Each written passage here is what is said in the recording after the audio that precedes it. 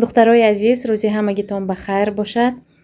Ман каструлкаҳои нав харидам ва барои шумо мехоҳам навор кунам. Нархи каструлка 5200 духтаро.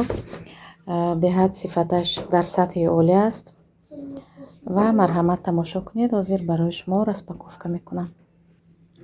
инҷо бошад духтаро орхидеяи ман. ана ҳамин хел шукуфтагӣ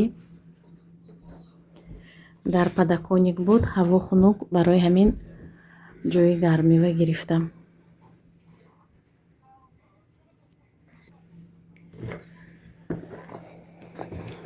ана ин хел каструл духтаро монанди пасудаҳои омаес.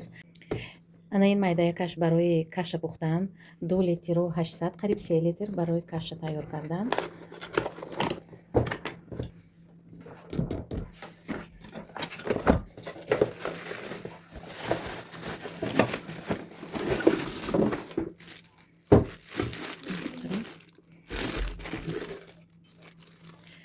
постепенно боз сковородка дигарошам харидорӣ мекунам.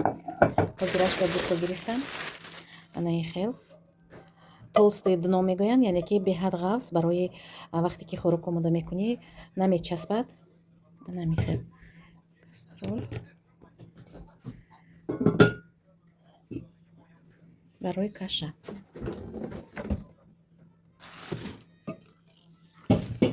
ана ин дуюм каструл. диаметраш 28 сантиметр духтаро. литражаш бошад 7 литр. ин монанди дек ҳам жарид кардан мешавад ва ҳам парид кардан мешавад дар дохили ин ҳама тарафа.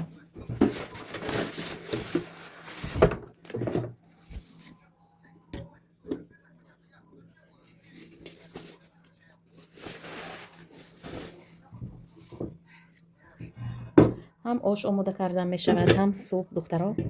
ана ҳамин хел каструлкаи беҳад ҳам фасон, ҳам удобный, ҳама тарафа.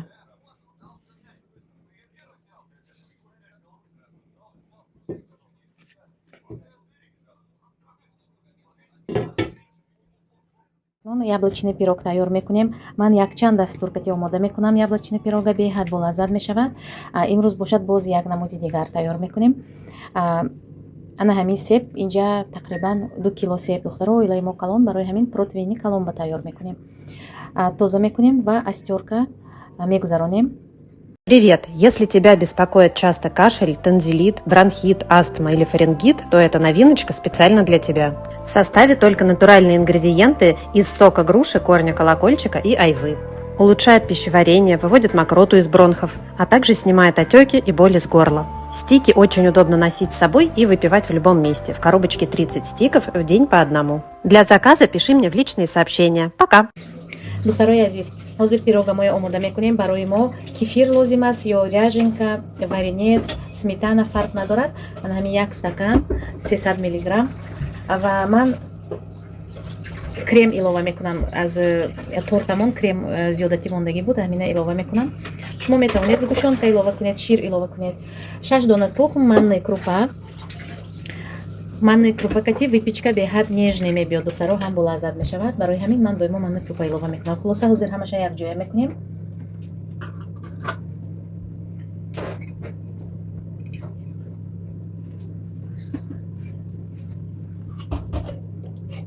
кремамоя ҳамаша манка меандозем ва то ки манка 1-ним соат истад, варам кунад, мо мемонем барои варам кардани манка.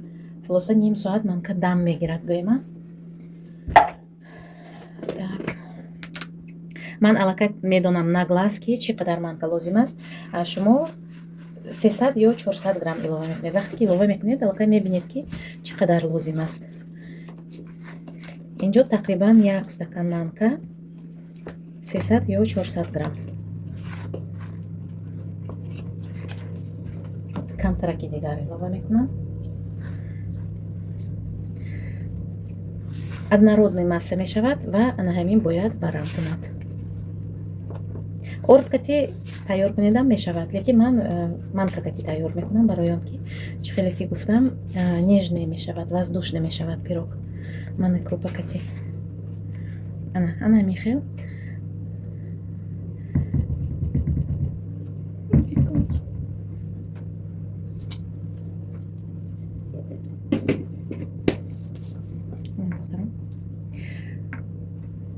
ҳозир ним соат пас чизҳои боқимондаша ингредиентҳои илова мекунем. Ним соат гузашт, манкаи мо варам кард ва акнун ингредиентҳои боқимондаро илова мекунем. дар ҳамин ҷо духтаро барои шумо дар бораи ширкати Атомӣ маълумот медиҳам. онҳое ки то ҳол ба ин ширкати бонуфус номнавис нестанд, марҳамат номнавис шавед, ба командаи мо пайваст шавед. дар рӯи экран рақамҳои телефони ман навишта шудагӣ нависед. дар бораи кор маълумоти пурра медиҳам. ширкати Атомӣ ягона ширкате ҳаст ки дорои маҳсулотҳои босифат аст ва маркетинг плани озод аст. дар ин ҷо шумо хариди маҷбурии ҳармоҳа намекунед. бале духтаро, хариди маҷбурӣ. дар дигар ширкатҳо то ҳар моҳ харид накунед, шумо наметавонед маош гиред, наметавонед звания бароед, наметавонед пешравӣ кунед. дар Атомӣ бошад, шумо бе хариди маҷбурии ҳармоҳа метавонед командаи худатона созед ва тариқи таварроабароти командаи худ шумо ба маош мебароед. дастрас кардани маҳсулотҳои босифат ройгон аст. ба ҳамаи шаҳрҳои Россия ва Тоҷикистон доставка ройгон аст. шумо метавонед ҳамагӣ 2000 рубле ёки 200 сомоникати тиҷорати онлайнии худро оғоз намоед ва соҳиби маошҳои беҳтарин гардед. ин ҷо бошад ингредиентҳои боқимондаро илова кардем. равғани растанӣ 40 мг, тухм, ванилин, шакар ва акнун себам илова мекунем ва дар тафдон дар дараҷаи 180 40-45 дақиқа мепазем.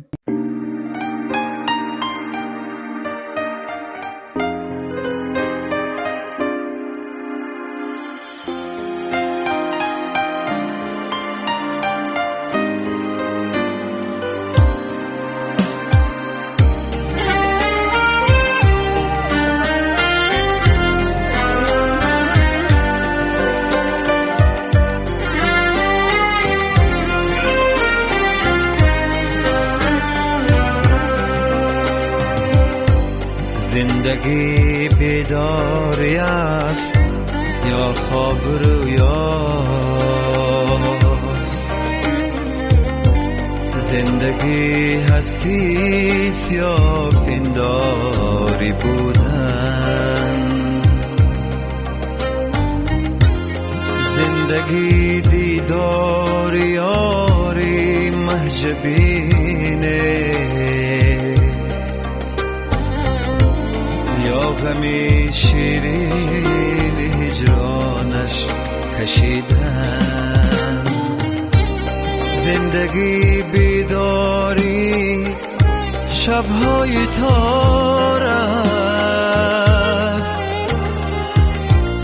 یا شکر خوابی سحرگاهی جوانی، زندگی اندیشه امروز و فردا یا که فکری زندمانی یا نمانی، من ندانم زندگی چیست، این سوالی که برا صدها جواب است، من ندانم زندگی چیست، این سوالی که همیشه به جواب است.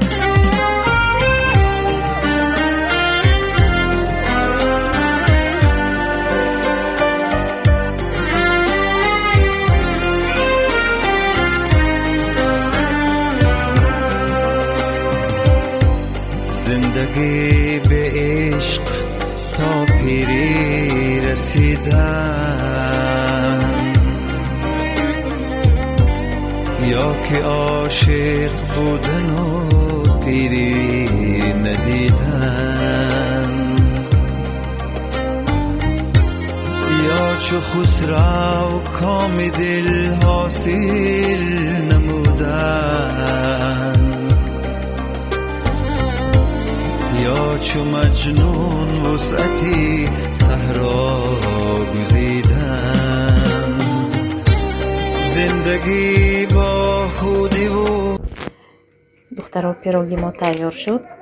Ҳозир мебурем ва дар ҳолати буридагиш мебинем.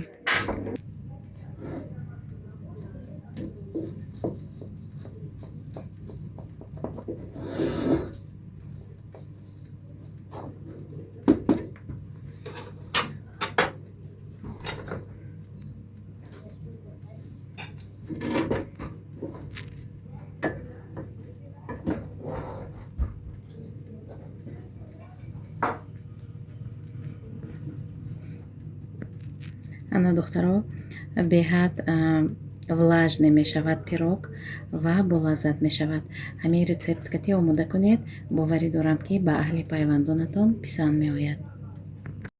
инҷо бошад духтаро, дар духовка каду омода кардам. Дар дохили фольга гӯшт, картошка, карам, каду ва сабзи катӣ. дар ҳамин ҷо влоги имрӯзаи мо ба охир мерасад. То наворҳои оянда худо нигаҳбони мо шумо бошад.